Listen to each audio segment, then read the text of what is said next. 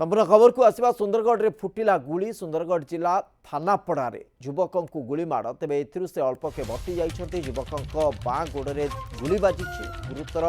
अवस्था राउरकेला स्थानांतर कर युवक ना राज यादव बोली जमापड़ी तेज गुली माड़र कारण अस्पष्ट रही। आलोक जेना सुंदरगढ़ प्रतिनिधि सीधासलख फोन लाइन उपस्थित अच्छा। आलोक कौन अपडेट रही पूरा घटना? देखो जहाँ सूचना मिलूँ गुलीमाड़ युवक होता गुलीमाड़ भी सूचना मिलूँ किंतु तापर जितेबाला पुलिस मना कौन घटना घटी ना सेमती कौन रिपोर्ट करा जाए ना जितेबाला मेडिकल रे एक रिपोर्ट कराई स्थानांतर राउरकेला जितेबाला से युवक मैंने जो जहाँ को गुलीमाड़ होती जदिबा से कौन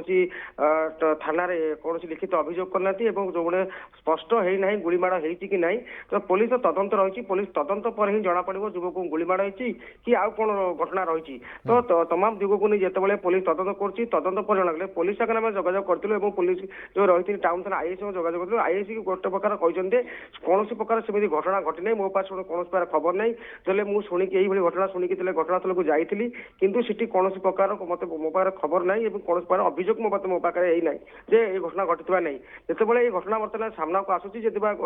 मेडिकल जो रिपोर्ट कर मेडिकल रिपोर्ट स्थानांतर कर